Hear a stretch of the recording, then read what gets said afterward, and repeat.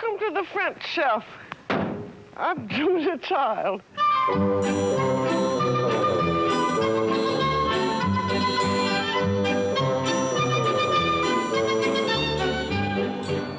Hello, I'm Julia Child.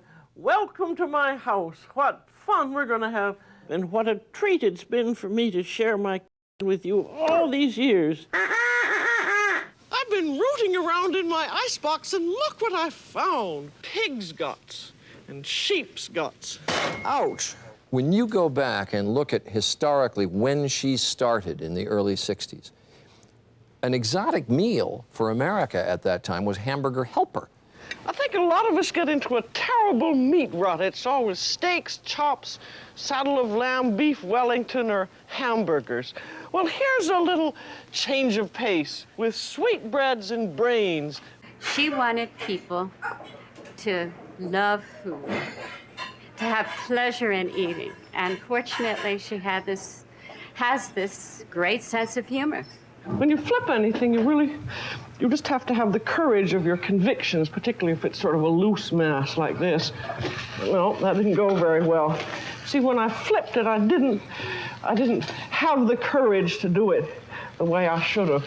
But you can always pick it up, and if you're alone in the kitchen, who is going to see? Of course, the memorable moments are always when she kind of makes a faux pas or a little error in the recipe, and, you know, it's no big deal.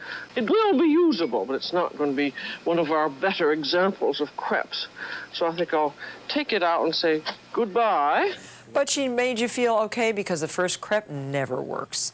And you know what? I always throw the first crepe away, or I eat it.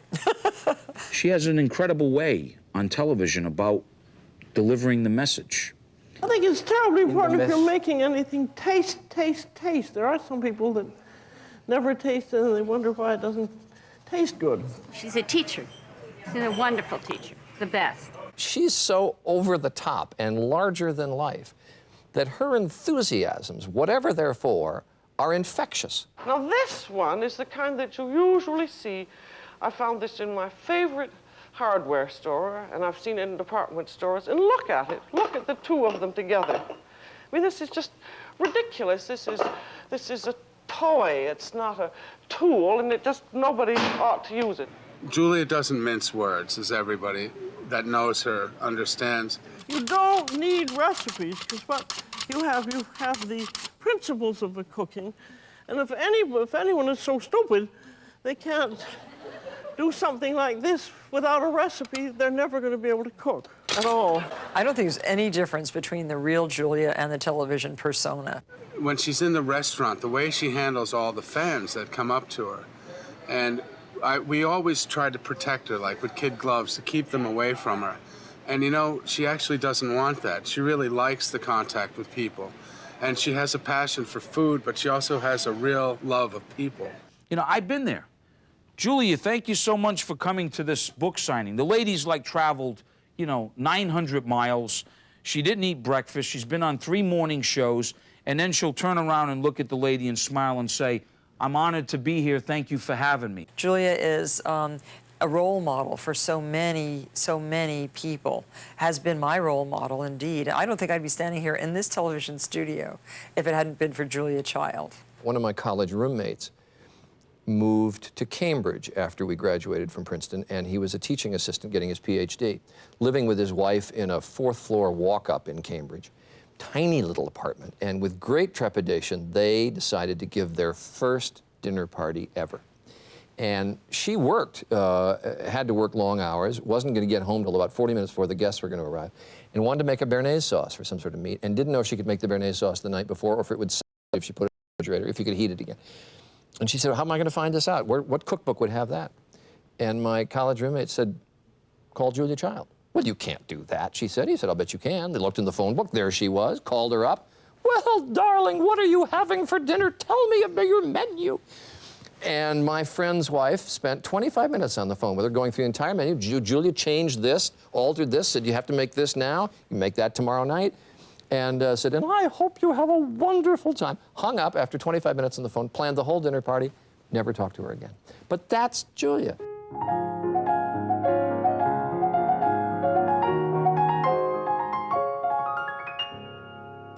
having 4 vegetarians for dinner tonight. I mean, we're not going to eat them, but I have to make a vegetarian dinner, and I'm a red meat freak. Now, this would be good if you happen to be a vegetarian. You could make your whole meal out of this. Well, yes, it depends whether some vegetarian may not even want milk, you know? Well, we have not invited them.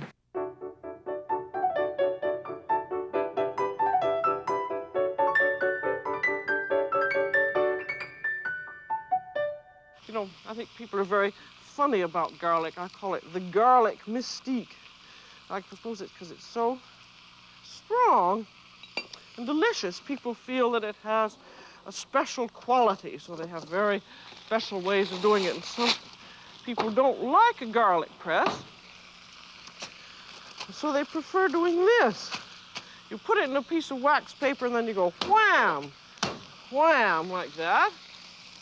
And see, it's practically chopped up when you do it, and in that goes. That looks pretty nice. Doesn't it? It's got sort of a Dijon mustard color to it. Mm. Whoa!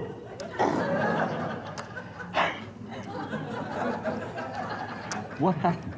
Yeah, well, there's all of that garlic. You really would go on a little farther.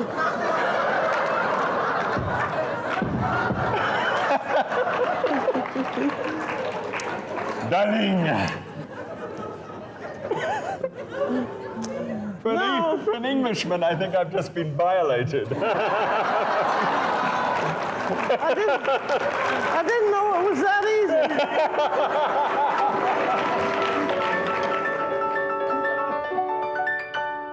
When you're doing roast turkey or roast goose or roast duck, it's nice to have something a little bit unusual in the way of vegetables. I don't mean unusual vegetables, but I mean unusual ways of doing the usual vegetables. Take mashed potatoes, for instance. Some people would just rather leave them, but they can be terribly nicely done, especially if you do them in the French manner. And I think one thing you have to be sure of when you're doing mashed potatoes is that you have the right kind of potato. This is the baking potato, which I find is much the best for mashing because it mashes up smooth and fluffy. After they've gotten peeled, I like to cut them so that they'll cook more quickly. So I've cut that into pieces that are quarters, and then if you cut them before you're going to cook them, you should put them in water. And then you can either boil them in salted water or you can steam them. I thought you'd rather like to see this Norwegian steamer I bought when I was over there. It's just an aluminum cylinder with holes in the bottom, and it has a tight-fitting cover, and it fits over boiling water. Then the steam comes up and thoroughly envelops the potatoes so that they cook really quite fast and they don't get quite as mushy as sometimes they do with other types of potatoes. Think about what a tough position it was for her. 60s, early 70s. People didn't even have a measuring cup, you know, at home, most people. They didn't know what any of that stuff was. And so it was like a plank for Julia, and she had to slowly build on that, given people's confidence. She's also fighting the thing that she was trying to do French cuisine, trying to do classic cuisine. Then she slowly had to get people educated about that and feel comfortable with that to say, hey, you know what? Doesn't matter if it's African, French, Chinese, Japanese, whatever it is, it's food, and it should be fun, and it should taste delicious. After you've mashed your potatoes, you have another step, which is the drying out of them. And for that, you set your pan overheated, and then you stir them around until you see that the bottom of the pan is beginning to film with the potatoes. You can see there's that little film of potato, and that is what it's doing, is getting rid of your final excess water. Then, if you're going to make plain mashed potatoes, you would beat in some butter and some milk and some salt and pepper. And you can mash them ahead of time and keep them for 10 or 15 minutes over water, hot water like this, uncovered, and stir them up every now and then. But what we're going to do is pomme de terre à l'ail. And this is the lye to garlic heads. Now, this is going to seem absolutely insane, but it's a perfectly lovely dish, which is mashed potatoes with a garlic sauce in them. And so, for 6 people, we're going to use 2 whole heads of garlic. You think that's probably cuckoo to do, but if you use any less, you'll regret it, I'll tell you. Now, here's your whole head of garlic, and you just have to break it apart, and then they're going to be peeled. This is lovely, fresh garlic that I got at our Italian market. And they're nice, big cloves. And then to peel them easily, because they have to be peeled, you'll drop these heads into simmering water and simmer them for 2 minutes. And then after that, the skin just comes off very easily indeed. You see, there you are. And then these are going to cook in 4 tablespoons of butter. And then we're going to use the rest of that butter to make our sauce. And so in go our 28 cloves of peeled garlic. You mix them all over with the butter, and then cover the pan, and then you want to cook them very, very, very slowly on lowest heat for 20 minutes. And keep looking at them every once in a while, because you want to be sure that they haven't browned or overcooked. And then when they're done, we're going to make a roux, the way you begin all sauces. One heaping tablespoon is the same as 2 level tablespoons. And then you cook your butter and your flour together so that you don't have a pasty, floury taste. And then after that's cooked for 2 minutes, you then take it off heat, and you put in 1 cup of hot milk. And you just pour that all in, then stir it up with a little wire whip, and then bring it to the boil. Now that's thickened up, you see. So we sieve the garlic sauce into our mashed potatoes. You see, the garlic is so soft now that it goes right through the sieve, and you'll be amazed after it's been cooked that way. You see, first it was blanched, and then you had it cooked slowly in butter, and then it was cooked in its sauce. All that really heavy bite has gone out of it. And there remains sort of an absolutely delicious something that you don't know quite what it is. And want to be sure that they have plenty of salt and pepper in them. So I'm going to put in about a good teaspoon of salt, because when these potatoes were steamed, so they weren't cooked in salted water, and then some good whaps of pepper, and then beat that all up. There. Then I'm going to put in a little bit of parsley. I'll put in about 3 tablespoons of parsley, which will be rather nice, and then we're ready to serve. And I think this is the best vegetable accompaniment a turkey could possibly have. Of course, the nice thing with mashed potatoes, you can add as much butter or as little as you want. And if you're afraid of butter, which many people are nowadays, you just put in cream.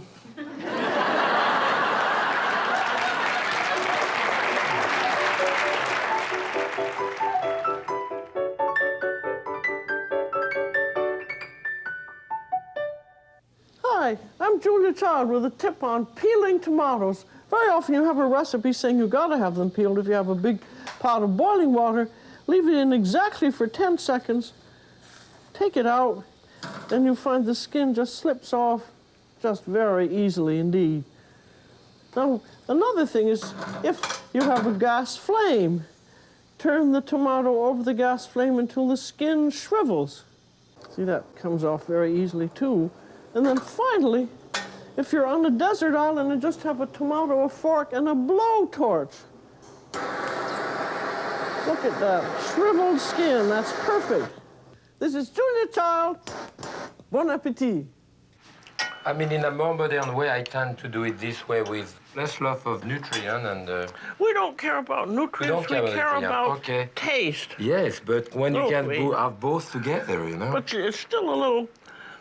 It's very tender. It still has a slight bitterness to it. I think it's very tender. It's very... Maybe you have sharper teeth than I do. I'm drying lettuce today on the French chef. Well, it's quite wonderful to be around Julia when she's working, and the experience that I had in the kitchen with her, because she's so relaxed, and you do feel like you're just chatting with a friend. Well, we went to Monterey Market here in Berkeley, and all the foods, all the fruits and vegetables are displayed. And of course, bringing Julie into those circumstances, everybody recognized her and asked her questions, gathered around. But she was so interested in what was there in the market. When we came back into the kitchen, I just was preparing the dishes from the ingredients that we had bought at the local market. And it's just so important for me to be cooking the food that is exactly in season. I want people to have the sense of time and place when they eat. And again, to be able to show people recipes that only have a couple ingredients in them.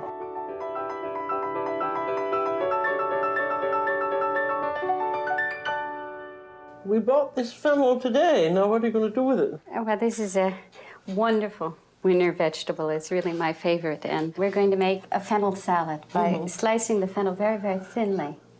And I think that slicing it that way gives a whole different texture to a salad, Well, and it makes you... nibbling, and it makes a different taste, right. I think. Now, one question is, this is so young and tender, but most in the market we get great big ones with. Well, I think it doesn't really matter so much with fennel. I think you can use it at all different stages. It's just that when it gets very, very big, there's a kind of a core in the center, and you might want to take that out. That little part right there, you can just cut it out with the point of the knife, like that, and slice from there when it's very big. That's a good idea. But when it's little like that, you just kind of want to take off the ends, and you can always use this lovely greenery to stuff into a piece of fish or chop up and sprinkle on the top. Pretty.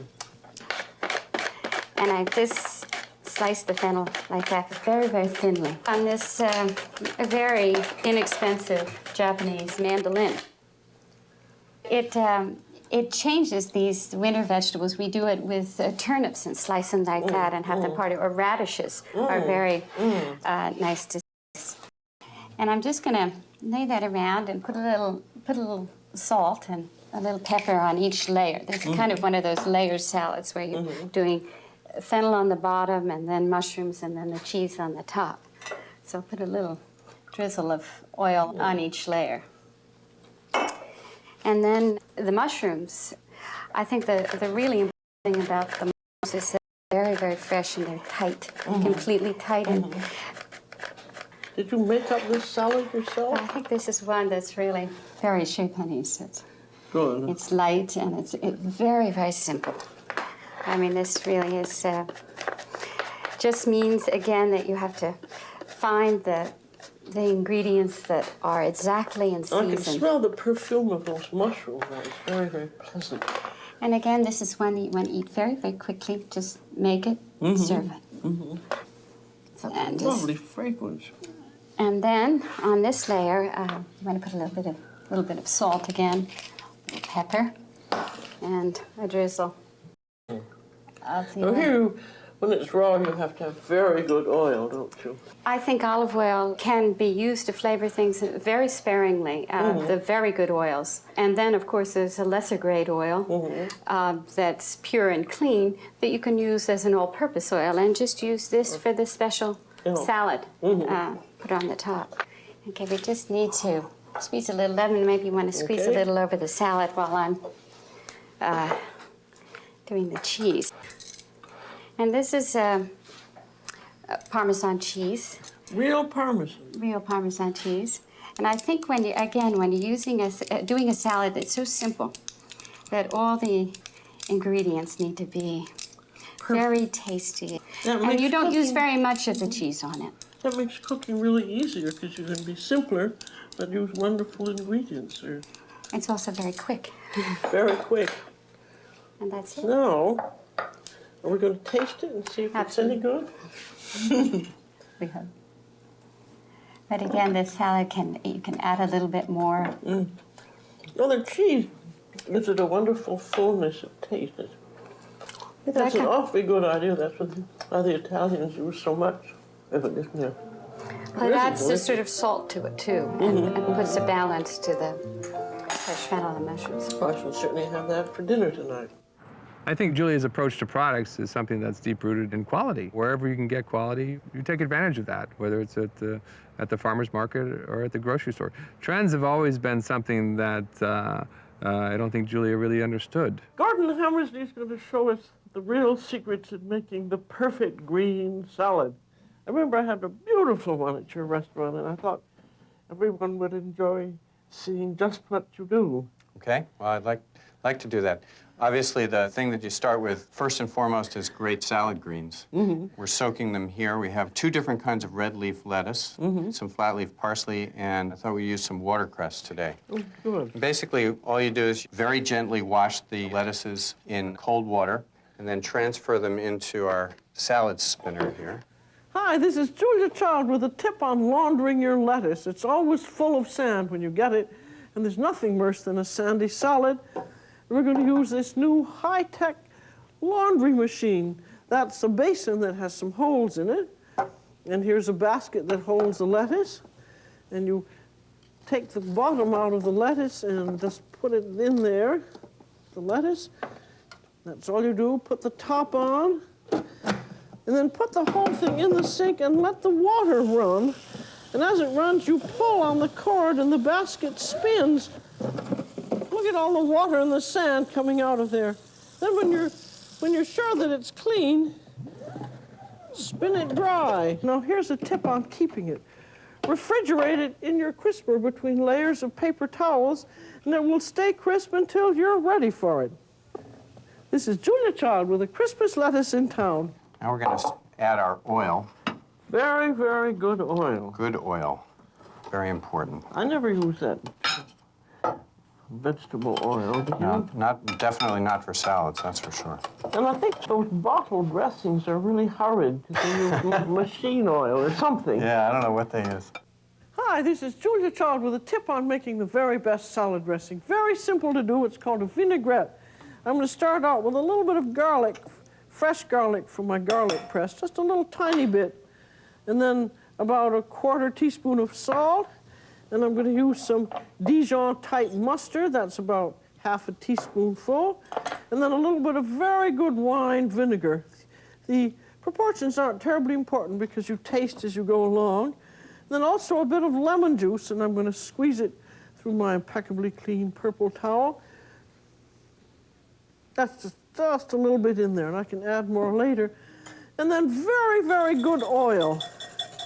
I always use virgin olive oil, but that depends on what you like. And just start it in by little driblets. This is going to make about 1/2 cup. There you are, the perfect costume to dress your next salad. So we'll pour a little bit of dressing over the top. The other thing is we don't want to put our dressing on before we really want to eat it. Because it wilts the lettuce, doesn't it? Right. Making sure that you kind of toss and fold it over and making sure that the lettuce leaves get fully coated. So this is pretty well coated here. Well, we can taste it. Make sure that the dressing is adhering to the lettuce and it tastes good. That's really good. Yeah. I hate it when somehow you're served a salad and they just pour the dressing over the top. Oh, I and know. none of it gets into it. Right.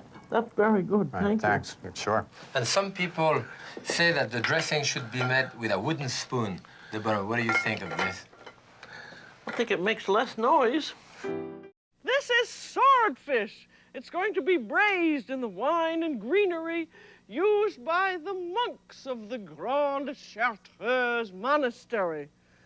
I'm all ready to make fish in monk's clothing.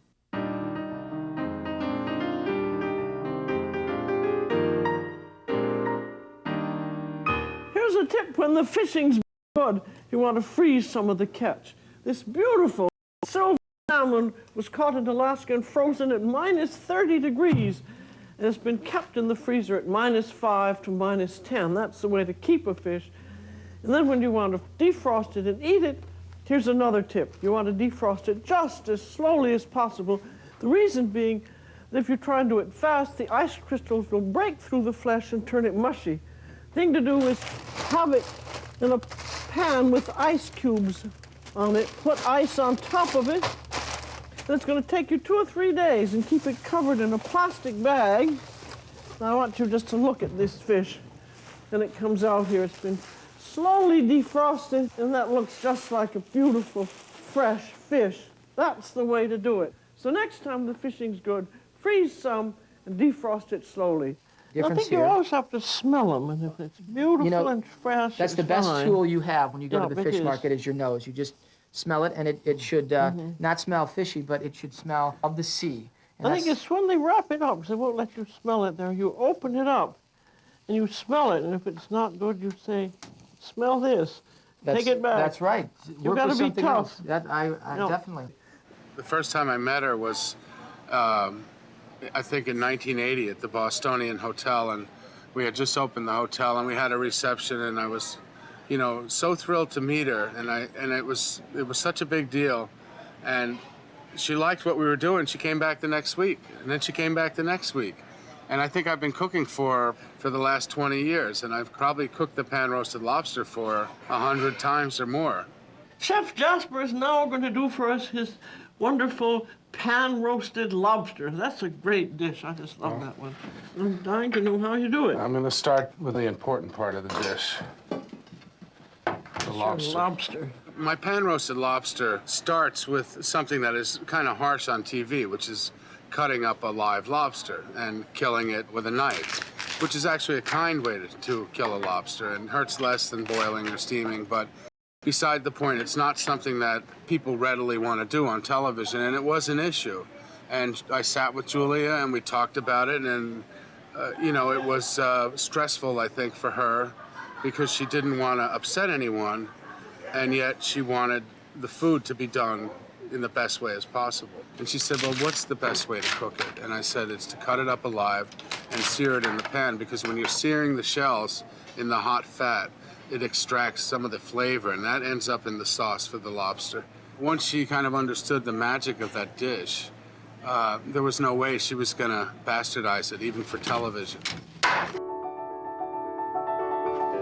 We're going to blanch these claws for about 3 minutes.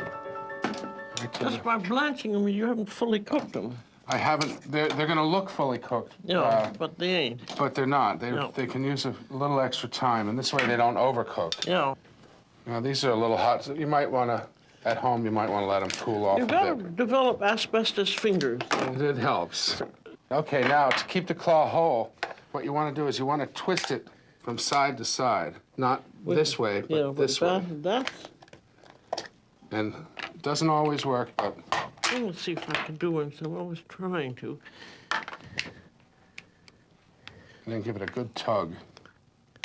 Yep. I did it. Hooray. You did it.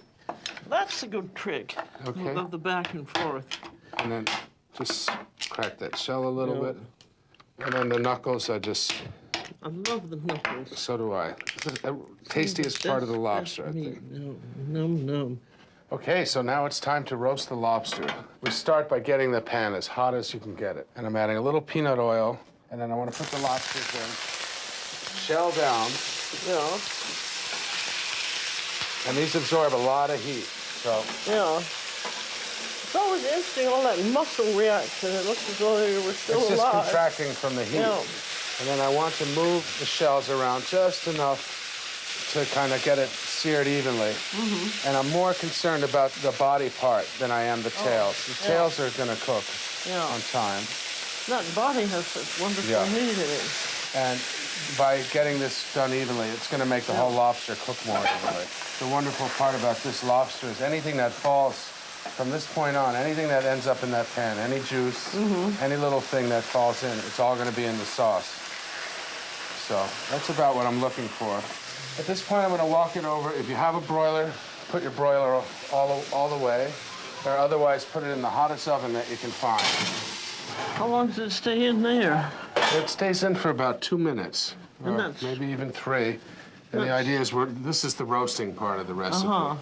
And I use the broiler because it makes it for a very, very hot oven. Simulates that, and it really is roasting. Okay, so now we're going to take a look at these babies. And you can see that I've got that little char, and there's an undeniable aroma that just fills up the whole kitchen. And I know those are at the right point where I want to put them back onto the stove. So I'm going to come across I'm gonna put it onto the stove. And remember now that handle's hot from being in there. You can definitely smell lobster. I'm gonna add shallots, and I'm gonna try to put them up to the bottom of the pan. Yeah. I'm gonna take a little cognac and sprinkle it on there. Oh, that's always fun. Okay. Do you think the burning makes much difference, or is it just fun? Well, for the burning, cook? it's fun, yeah. Oh, yeah. The burning burns off the alcohol. Yeah. I think it gives it a softer flavor. And in this case, it gives the shells a little extra char. So Yeah. I like the little bit of flame on there. Well, it's more fun anyway. It is more fun. And as soon as the cognac burns off, just add a little bit of white wine. So at this point, I'm just gonna let these finish cooking, and basically what I'm trying to finish is the bodies. I'll take a look at the tail. If the tail looks cooked, which it does, Yeah. I'll flip it back over onto the shell. But I'll leave the bodies face down, Does they take a little longer? because they take a little longer. And this Nice claw basically meat. the tails will, and the claws are kind of reheating now. Yeah. We'll just let that reduce. Well, this is really a pretty quick recipe. It's a very quick, it's start to finish, no more than 6 minutes for a Really? 2-pound lobster. There's a little summer squash and zucchini that we just julienne and sauteed. So now, what I do now is I try to reconstruct the lobster just a little bit. Yeah. I'm gonna put the body in front, kind of side by side. Have to remember how it was constructed. Now. Now, at this point, I'm gonna add the chopped chervil and the chives.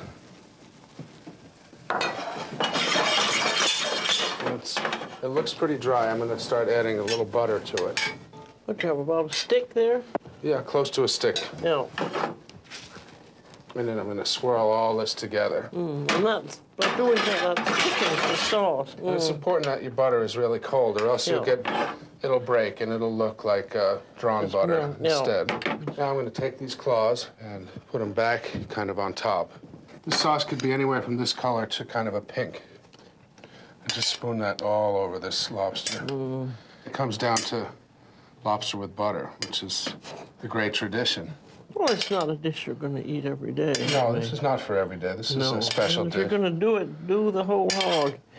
I think it's very kind of you to show us this great recipe of yours. Well, it's great to be in your kitchen, Julie. Thank you, Jasper.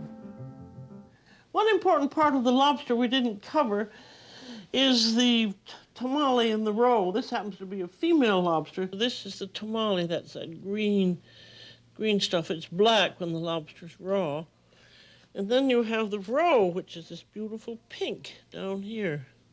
All of this is edible and delicious, and what I like to do is I take sometimes the roe and sometimes not and push it through a sieve and then mix it with mayonnaise, and it's particularly good served with cold lobster. Here it is. I've put it all in the inside here, and I've left the pink roe out so that you can see it. It's just delicious.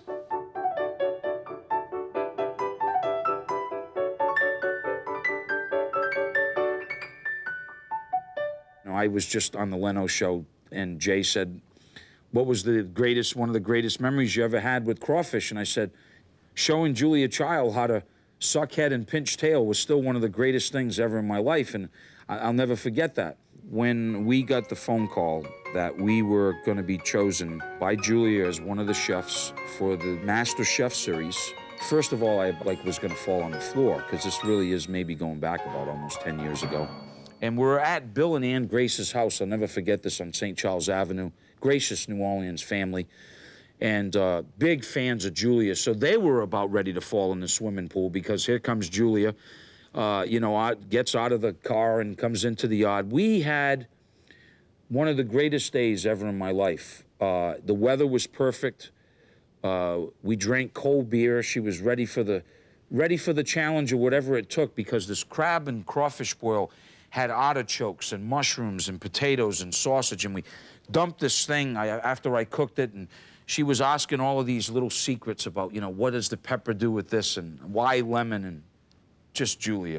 When the weather turns balmy, it's time for most Louisianians to head outdoors for a crab boil. So here in the backyard of this great old New Orleans house, we join Emeril in his Louisiana rig for the crab boil of the century. The traditional Louisiana crawfish crab boil. And it's crawfish, not crayfish. This is a crawfish boil setup, a Louisiana rig. It's a propane gas tank, and then you have to have the crawfish boiling pot. We have a wire mesh basket that all the ingredients go into, and then we're ready to do a Louisiana crawfish boil. We have some water and some crawfish boil, peppercorns, cloves, bay leaves, and you want to keep them in the bag. And then this is liquid crab boil. Some people use liquid, some people just use the bag. I like to use both. It just has a great balance and flavor. Well, I'm adding a lot of salt in here, but you have to know we have a lot of water. We have 6-7 gallons of water. We have a lot of product that's going in here, and it's all part of the seasoning to the finish of the boil.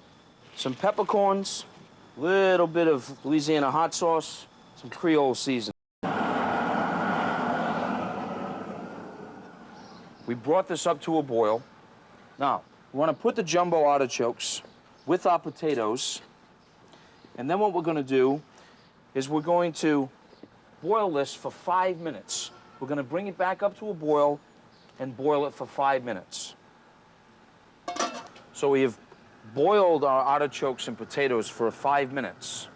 And now we want to add our other ingredients. We have corn. We have andouille sausage, another staple of Louisiana. It's a smoked pork sausage with Creole spices. And we have lemons, onion, and garlic, all part of the boil. We're going to add some asparagus today, some asparagus in the boil, and some celery, and a little bit of green onion, or what you'd call scallion. The next ingredient we have are our blue crabs. And these are the mud bugs, crawfish. So we'll add some crawfish. Now, we're going to bring this up to a boil. We're going to cut the heat off, let it steep for about 5 or 10 minutes. Now, the longer it steeps, the spicier the boil. So we just want to let it steep for about 5 or 10 minutes, the way that I like them. Some people have 20 or 30 minutes, 5 or 10 minutes. So here we go. Well, Julia, my friend, we're in for a treat. Oh, boy, look at that. Isn't that beautiful? You know, I've been in New Orleans a number of times, but I've never had a crab boil before, and it's about time, isn't it? Yes, indeed. There's your spice bag and the potatoes. Well, we'll I'm amazed that eliminate these that here. the artichokes would cook, and they look absolutely done, too. I think they're actually cooked near this perfection. is marvelous. Well, my friend, now we're going to have one of those delicious mud bugs. Okay. And, you know, there's an expression about sucking the head and peeling the tail. So we kind of twist off the body. And then we kind of suck the head. There's all that nice tamale in it. Delicious. And then, now what you're doing now? we're going to peel the one shell off from the tail. Up at the top. Right. You know, it just peels right around. Right. No. And then you take we're going to pinch the tail. And you just kind of... I see the pinching that releases the tail. Exactly. That's delicious. Isn't that good? Maybe 2 or 3 weeks later, there was a food convention in town, and the word came out that Julia was going to come to Emeril's. And I was still working every station. And we said, oh, troops! We have this pre-meal meeting. Going over the list. Julia Child's coming tonight. And I didn't get any, excitement from the staff. True story. I got the whole staff up, including the kitchen brigade, and I made everybody with me jog around the block to get him excited that Julia Child was coming to dinner. And by golly, it was an exciting dinner when we got done jogging that block.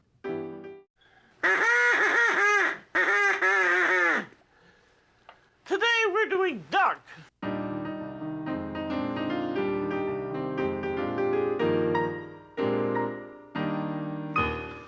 Julia, I have extraordinarily fresh eggs today for you. Look at that. Well, that's marvelous. And what do you have here? I have an ostrich egg here, and we're doing an egg extravaganza today. All types of egg cooking. That's exciting.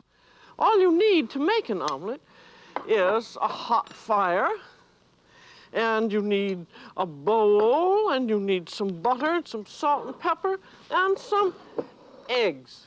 Then you have to have the right kind of an omelet pan, 7 to 7.5 inches bottom diameter, and that's just about the right size for the 2 to 3 egg omelet. Now I have there my 2 eggs. And then we just have a big pinch of salt and then some freshly ground pepper.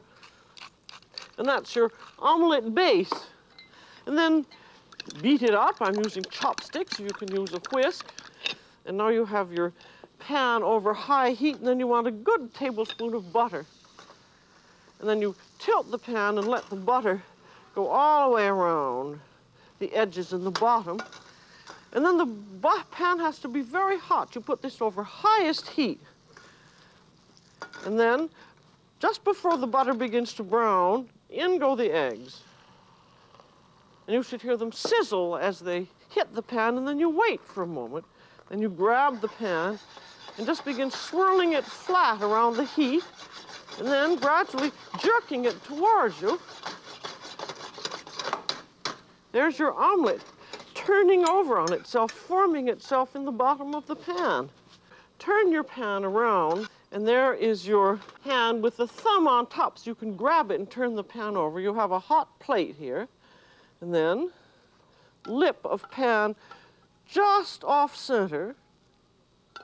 Over she goes. And then if it hasn't formed up quite properly, take 2 forks and just push it together. And then a little bit of parsley, et voila, and that's all there is to it. It takes a little bit of practice, and I think a good way to practice is by using some beans, and I'll show you how this works. It's just rather silly, but it does work. Here, your first movement is just a flat sort of moving around so that you get the eggs to coagulate. And then you begin jerking it towards yourself like this. You'll see what's happening to the beans. They're turning over. And then there's your omelet. I shan't unmold that omelet. But I think that's a good way to get the technique of this. Voila.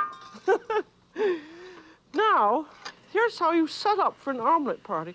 These are fillings, and everybody can have whatever filling he wants. We have the piperade and the mushrooms, and then also there's cream crab or lobsters, spinach. You could have as many fillings as you wanted. And then you have a heat source of some kind, one of these gas table cookers. And then you have your eggs all made. And now we have a lady over here who said she wanted a cheese omelet, and a gentleman who said he wanted a spinach omelet. So there that is. You just sprinkle Swiss cheese in, and there you go with your old technique.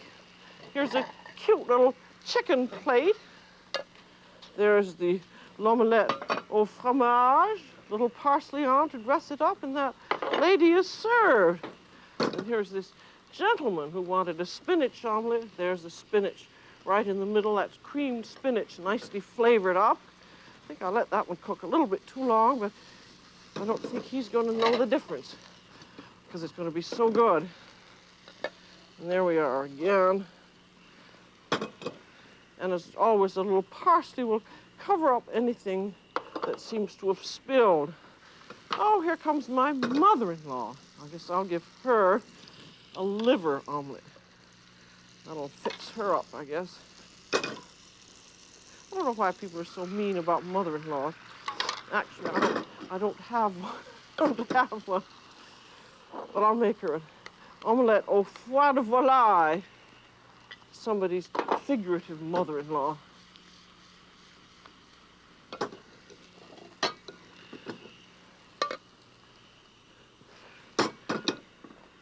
But you see how nicely you can do with loads and loads of omelets. And this is really, I think it's just such fun. You can get the whole family in on the act, and you could have 5 omelet pans working at once. You could easily serve 300 people. Now, let's see how long that would take. Let's see, an omelet takes about 20 seconds to make. And that means you could make 3 omelets a minute. And if you had 5 people making omelets, that would be 5 times 3 is 15 omelets a minute. And 15 minutes into 300 people equals 20 minutes. So how's that for a last-minute supper party for 300 people served in 20 minutes? So that's all for today on The French Chef. This is Julia Child. Bon appétit.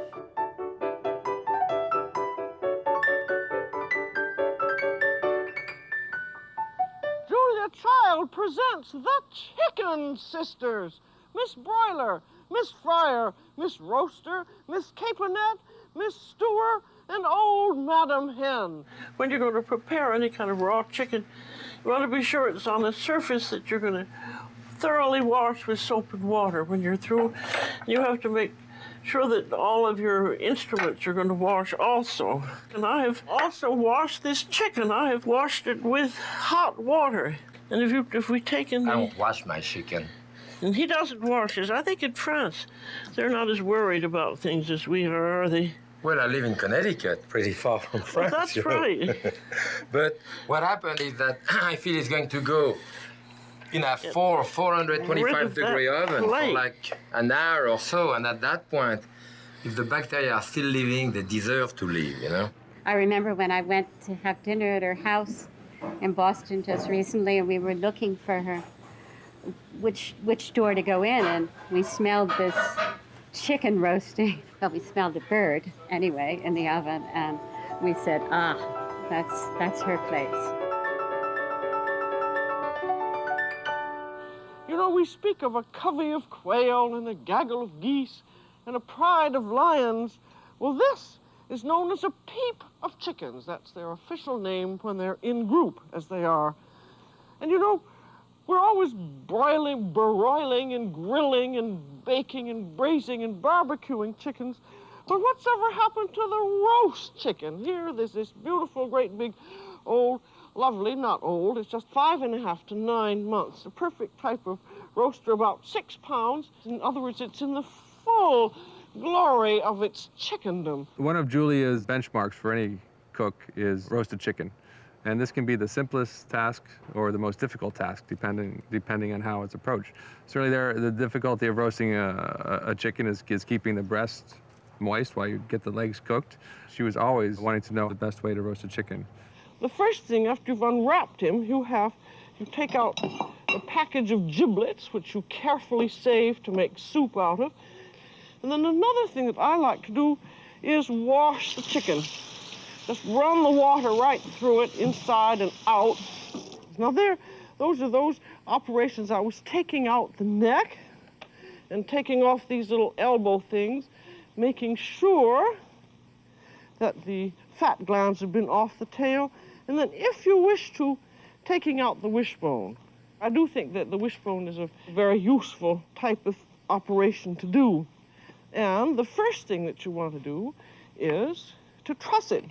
And then at this point, I'm going to put in a little bit of butter inside the chicken and baste the interior, and then a little bit of salt, about, say, 1/4 teaspoon, and just pour it right in there. It has to be salted. And then some kind of an herb. I'm going to put in, say, 1/2 teaspoon of dried tarragon, or if you could put in a branch or two of fresh tarragon. And then to give a little bit of onion flavor, a little shallot, finely minced. And the chicken is going to cook long enough so that the shallot gives a very gentle onion flavor. And then some parsley. You could put in some celery leaves, but I'm using parsley. Now we truss the legs. And then no matter what way you're going to cook it, it should have a butter massage. And I really think the actual massage is very beneficial to it because it gets right into that skin and it gives it a lovely flavor and it helps it brown nicely. And we're going to roast it on the spit because that is not only the most ancient but also the most modern way to roast a chicken. And here's the spit. And then you always start on from the neck end. Get the prongs right into the chicken. And then you get the other end on. And that's supposed to go right square into those bones there, because it's just got to hold that on. And then screw that up tight. I always believe in having plenty of tools in the kitchen. So I think the thing to do is to get a pair of pliers and really hold that on.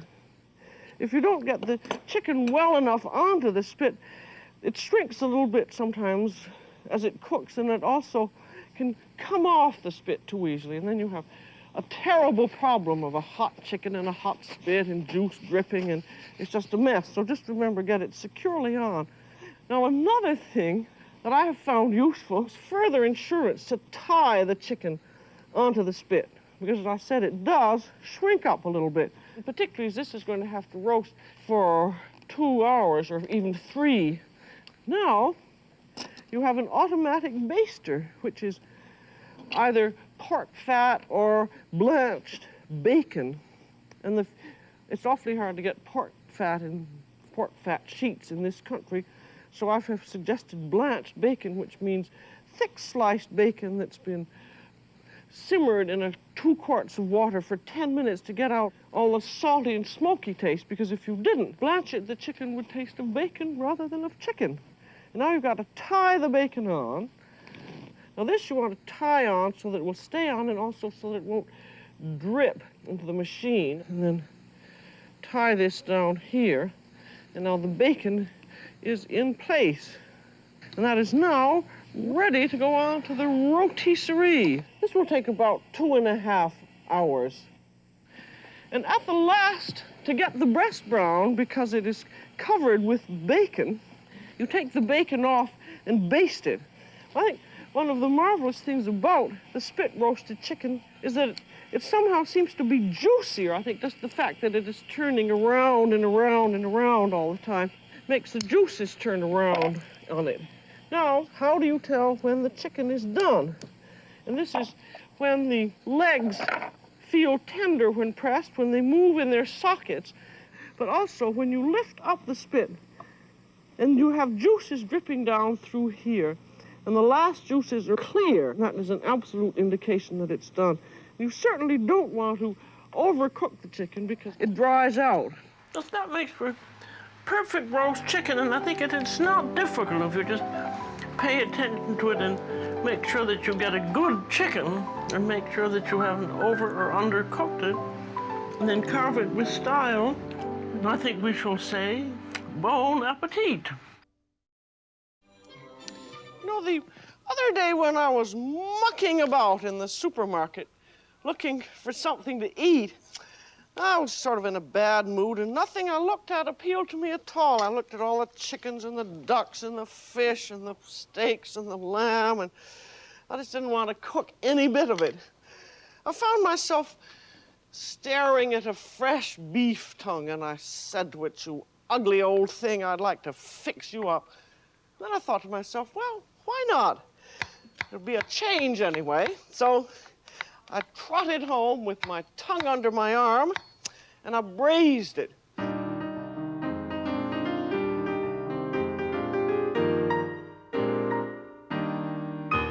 I don't consider vegetarianism a sensible diet at all, because you're supposed to have a little bit of everything. Cut out red meat, which I very much believe in, you're not having a little bit of everything. You believe in red meat? I certainly do. As I've often said, red meat and gin. Well, you're going to do some steak, Diane, with that beautiful ribeye steak, right? Yes. Mm-hmm. The roast ribs of beef, and this is the steak that comes in between the ribs. Uh-huh. And we're going to trim that off. Put a piece of plastic on each side. So which type of torture instrument we're going to use to pound this? It has to be pounded down to a quarter of an inch. Thin That's enough, about anything? a quarter of an inch. I think that's about right. I'm going to flavor it with a little bit of soy and a little bit of oil. And this can be done ahead. Soy on each of these. I'm just going to put a little clarified butter in there. And this you can do at the table, if you like, showing off. And it needs just about 2 minutes on each side. This is hardly going to color. Now these are done enough for now. So this is the first stage. Take them off. Then I'm going to make the sauce. All right. Need some shallots. You want some shallots? Yeah. Good. What else you need? I'll put a little bit more butter in there, and then we want to mix the mustard with some of the stock there, that Dijon type mustard. Mix it up, and then we can add more if needed. All right. You would have all of these things on a beautiful silver salver right next to you.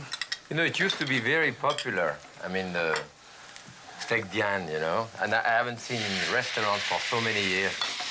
I think we could put a little more stock in, Jacques. Yeah, a bit more stock. The steaks get dipped into this. Smells good. It's supposed to be nice and rare. Well, it is rare. Now these are really ready to serve. They're ready to serve. We have a nice plate over there. I'll just serve one of them. So we put a little parsley on there. You have a nice garnish of potato here. We'll put a little more sauce on it. That sauce looks delicious, doesn't it? Well, that's all there is to that. You can add what you want. This is not a recipe written in stone. And I like to put the ketchup here. We'll even a little more lettuce. I didn't put a tomato in mine. I press it. Just put a tomato in there. This is the top. Press it One like thing this. is, Jacques, when you get it so high, it's hard really to chew it. Looks beautiful. Look at that. Isn't that nice? And now the best part of it is the eating. Eat it, yes. Okay. Oh. Really That's good, huh? good. That's great. Mm.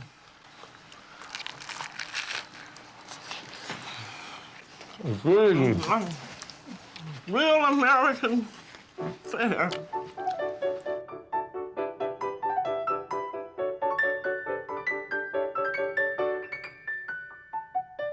Well, I think it's very important to show people where things come from, how things grow, how things are caught. That venison steak, guess what, comes from a deer. And we have to understand that to enjoy it ultimately, or to taste the difference from deer meat to beef that's farm raised. Julia made that possible too. It was very important to her to let people know where things originated. Everyone loves ham and eggs, bacon and eggs, pork chops, and roast pork. So why not have them all rolled into one? And next time you're giving a party, serve a roast suckling pig, like the one we're doing today on the French Chef. When you want a roast suckling pig for a feast, be sure that you specify that this be a milk-fed suckling pig, because once a pig has tasted anything but mother's milk, it just loses that lovely, tender flesh quality. You want to keep the mouth open so that you can put an apple in. So I just use a ball of aluminum foil and then just stick that in the mouth, and that keeps the mouth open while the pig is roasting. You can use a block of wood or a doorknob, anything that you can get in. And also, you have the tail here. This piggy has a little tiny tail, and just stick it. There's a little hole in back there. Just stick the tail in there, and that'll keep the tail from burning. So you can see a pig is really just designed for roasting, because it works out just perfectly. Now, you know, there's something just terribly exciting about seeing a whole suckling pig, and people are just so thrilled when they see it on the table. And I think it's great fun to make, and especially when you know what the marvelous end result is going to be. And as someone said, I don't know who it was, what an elaborate way to serve an apple. Ha ha. Well, this is Julia Child. Bon appetit.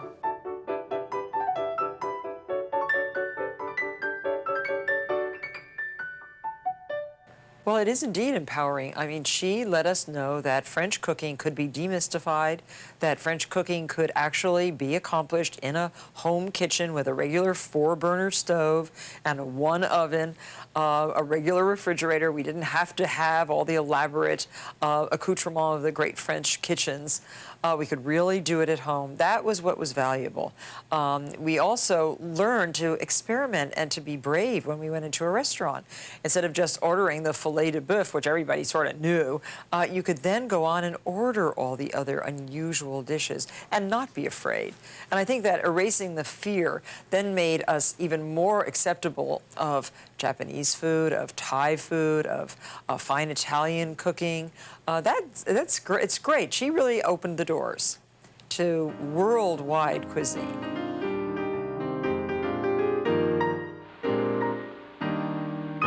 Hello, I'm Julia Child. Welcome to The French Chef and the first show on our series on French cooking. We're going to make Boeuf Bourguignon, beef stew and red wine. And it's a wonderful show to begin our series on because it shows you so many useful things about French cooking. And now here's our beef.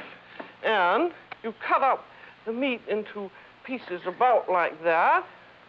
Now we want to get our pan hot. Then we're going to saute this in olive oil. It can't be smoking and burning, but it just has to be hot enough so that it's going to brown the meat. And you can tell it's too hot if the oil begins to darken in color. This will take about 4 or 5 minutes to brown. And I'm not going to crowd the pan either. That's another extremely important thing, because if the pan gets crowded, then the meat steams. I'm going to put a little bit more oil in. You can't really give proportions to this because you just add the oil as you need it. See, that's beginning to brown. You want to get it brown on all sides. Now, if you're doing chicken, you do it exactly the same way. If you're doing a lamb stew is awfully good and it's not expensive. You do it exactly the same way. So while you're watching me do this, remember you could do lamb or veal or chicken. Coq au vin is just the same as Boeuf Bourguignon.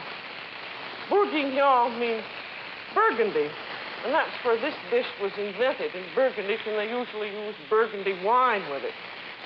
There, that's just about browned enough. Now we'll put this, as it's browned, into the casserole. Now we have in here this nice sort of brown bit here that's left over from the browning. And this is part of your treasure of cooking. It's called a glaze, and we're going to deglaze it with our red wine. We're going to use about 3 cups, or about 2/3 the bottle. And this is called deglazing, when you pour the wine in and you're scraping up all this lovely brown coagulated juice, which gives color to your sauce as well as has a lot of flavor in it. Now we just pour that in, and then we're going to add some beef stock to it. We want just enough liquid so that the meat is barely covered. It's called à fleur in French, which means the meat looks like little flowers. That's just about 2 cups of stock in there. We're going to put in a little bit of tomato paste, about a tablespoon, about like that. Thyme, this is first, about half a teaspoonful.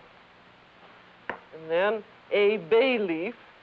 And then, because this is a bourguignon, we have garlic. So here's a garlic press. You just put the whole garlic in there and go, Urgh! And now our stew is just coming to the simmer. It needs just a little bit of salt. I'll put in, about a half teaspoon there. And now that's at the simmer, and I'm going to put it in the oven.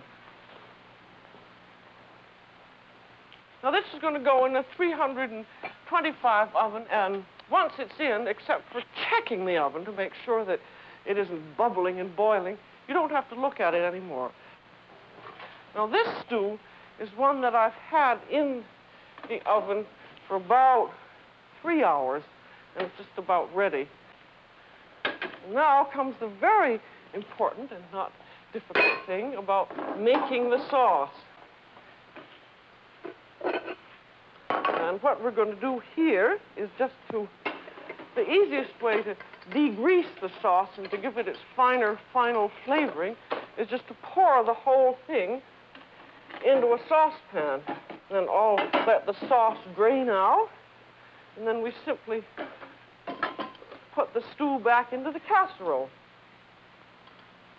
There. Now, we should have about 3 cups of sauce here, which we do. And what we do now is the final flavoring of it. We also want to take off any fat which is accumulated. Unless you're on one of those fat-free diets, you want to leave a little bit in because it gives a very good flavor. You don't usually put the pepper into a sauce until just at the end because pepper sometimes can get a little bit bitter. So this hasn't had any, so this is the pepper going in now. Always remember to taste things because you can spend quite a bit of time and then forget to taste and find that it isn't just right. If you felt that it didn't have enough garlic, you could put some in now. Or you could put in a little more tomato paste or a little more thyme. In this case, we fortunately find it's just right. Now for the thickening of it. And this is a very simple French thickening called a beurre manier, or a butter and flour paste. 1 tablespoon of flour per cup of sauce. And then we work the butter and the flour together. There, now that's in the paste. And we're going to take the sauce off the simmer. We'll put it on a burner which isn't going. And just put this flour paste in and beat it up. And then we put it over heat again. We want it to bring to the boil. And while that's coming to the boil, we put our braised onions in and our sauteed mushrooms. And then, there we are. You want to heat it up just a little bit because you want the flavor of the onions and the beef to all blend themselves with the stew. Well, now this is ready to serve right now. And also, we have a red wine. With a beef stew like this, you don't use one of the terribly expensive Burgundies. You use a young, full-bodied wine. This is Julia Child. Welcome to the French Chef, and see you next time. Bon appétit.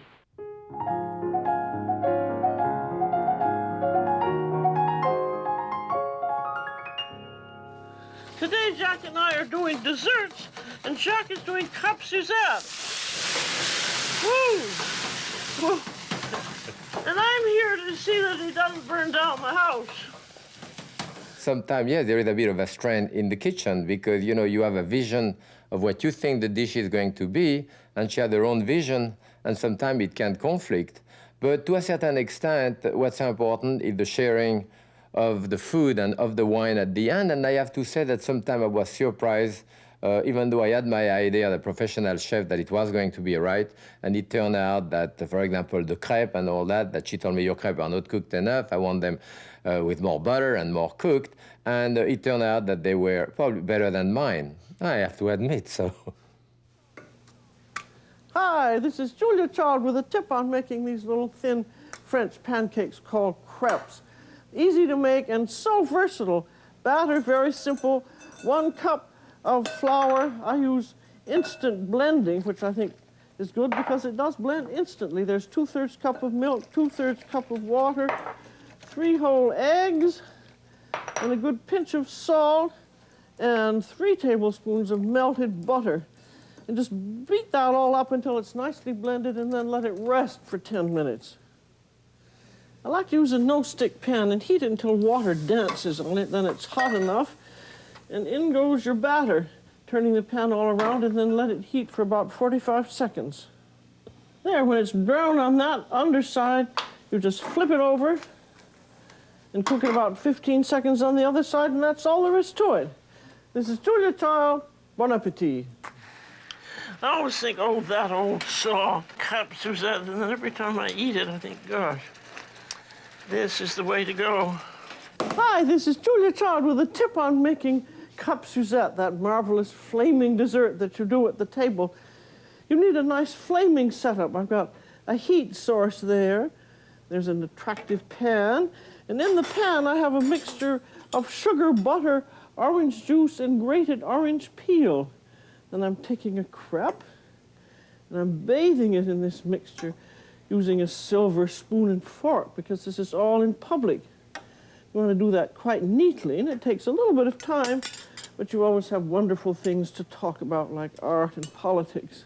There, all nicely arranged, and it's now ready to flame. Sprinkle on a little bit of sugar for added flavor, and on goes some nice brandy. Let it bubble up well, and then dip it into your flames, and there you are. So next time you're looking around for an elegant dessert, remember, Crepes Suzette. That's wonderful. Every kitchen should have one. I think so. I think every woman should have a blowtorch, because men listen to you when you have a blowtorch in your hand. I can imagine. That's very good. Hi, this is Julia Child with a tip on that most classic of American desserts, baked Alaska. You start out with a round of angel food cake, and on that, you deposit a mound of frozen chocolate ice cream. I've mounded that in plastic so it's easy to get out. And then you take a perfectly simple meringue and mound that all up over it. Now I'm sieving powdered sugar over the mountain. And finally, we have to brown it with a trusty blowtorch.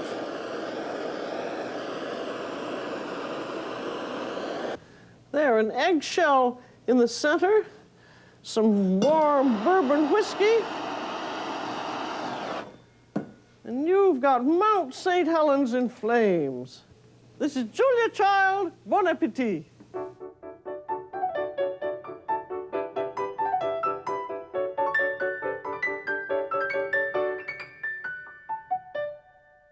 We didn't have recipes, so we were not structured by something very regimented.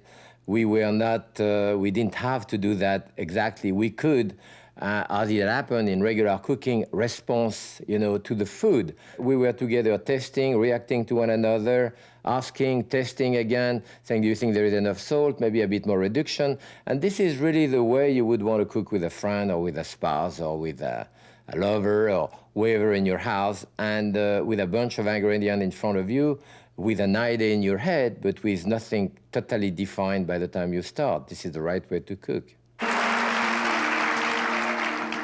Well, welcome back. We're now going to do the apple charlotte, and that is a mold, one of these charlotte molds that's going to be lined with buttered bread strips. And then Jacques is going to saute the apples and pile them in. The classical recipe is done with a very, very thick applesauce. And very often, as I have in my sad experience found, it collapses because you unmold it and then it's standing high in its brown bread strips. And with this, the apples are going to be much more solid and equally delicious. I hope. Actually, you should not use any type of soft apple. This is a golden, delicious. Now, you see what I do here? We're going to keep the center of it here, and I have a nice thing. If you put your thumb there and use that other pivot, to take a nice core out of it, and this, I did it with the other apple here. I put that in lemon juice, and we can use that to decorate the things on top, It's all full of good ideas. That's yes. great.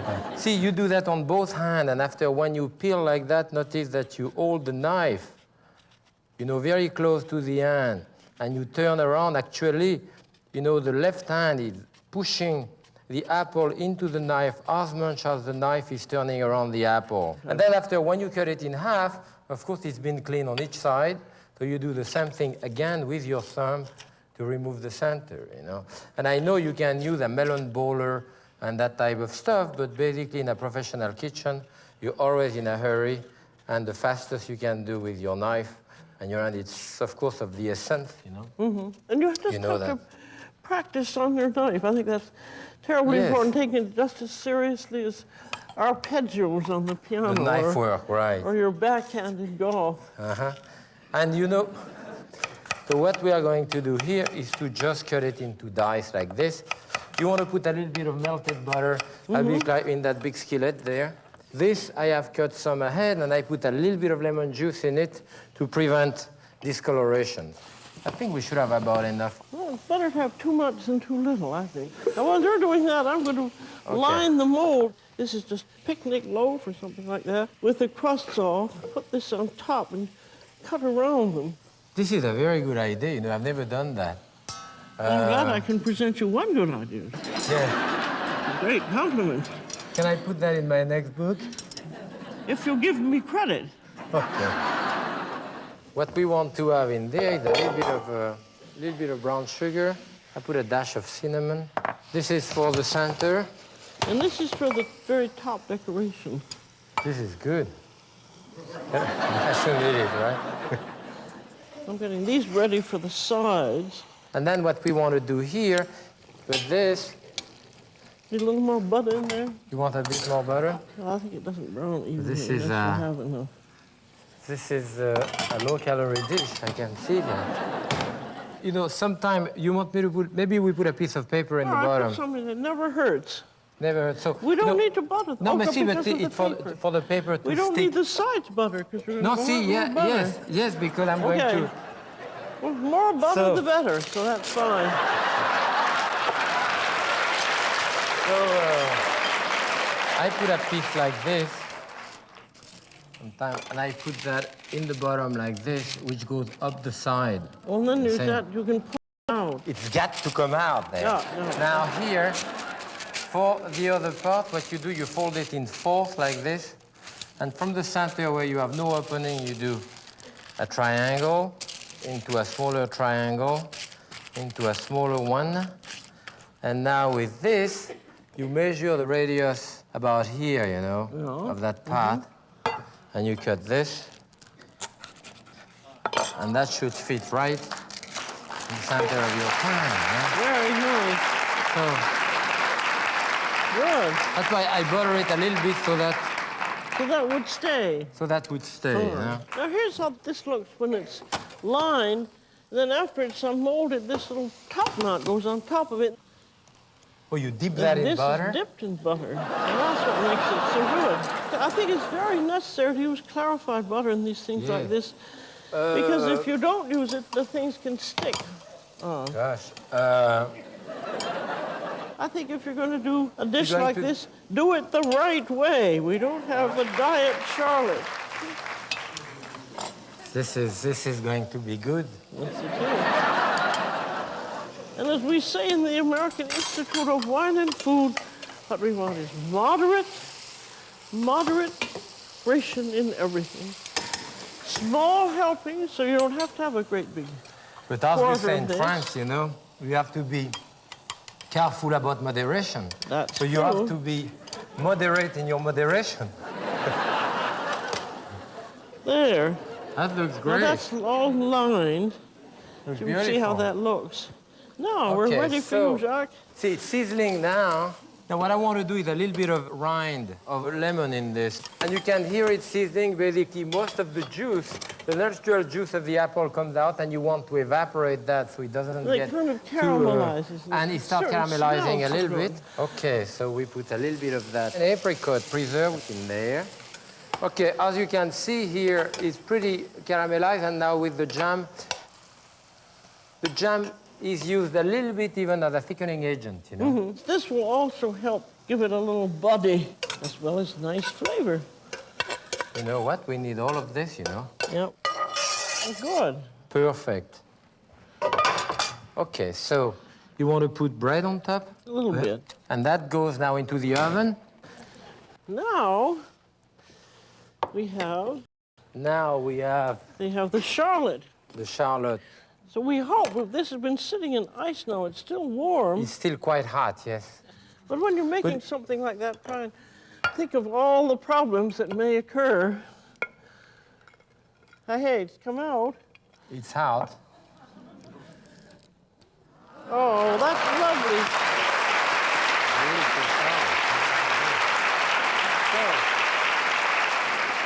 Now, Julie, this is the strained apricot, you know. And what you want to have, the best possible apricot preserve, make the best possible glazed. to a bit of rum, dark rum, to dilute it. Let it run on the side, you know. But those would be pretty on top too. It is a very French dessert, you know, the apple charlotte, but for me, who live in Connecticut, I'm sure you recognize my Yankee drawl, it's a very New England dessert also. It's perfectly okay to take a towel and clean it off. I know we did a PBS show in the White House, and the chef Haller then, he dribbled something. He said, well, we'll give that to Mrs. Johnson. We'll give a cleaner one to the president.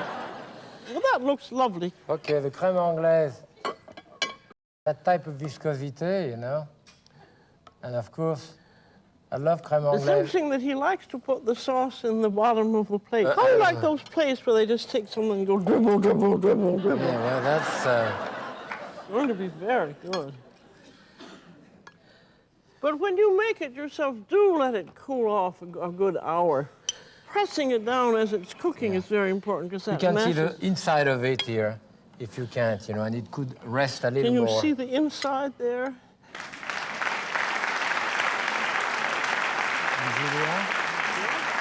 Merci. Bon appétit, everyone. Bon appétit. Happy cooking.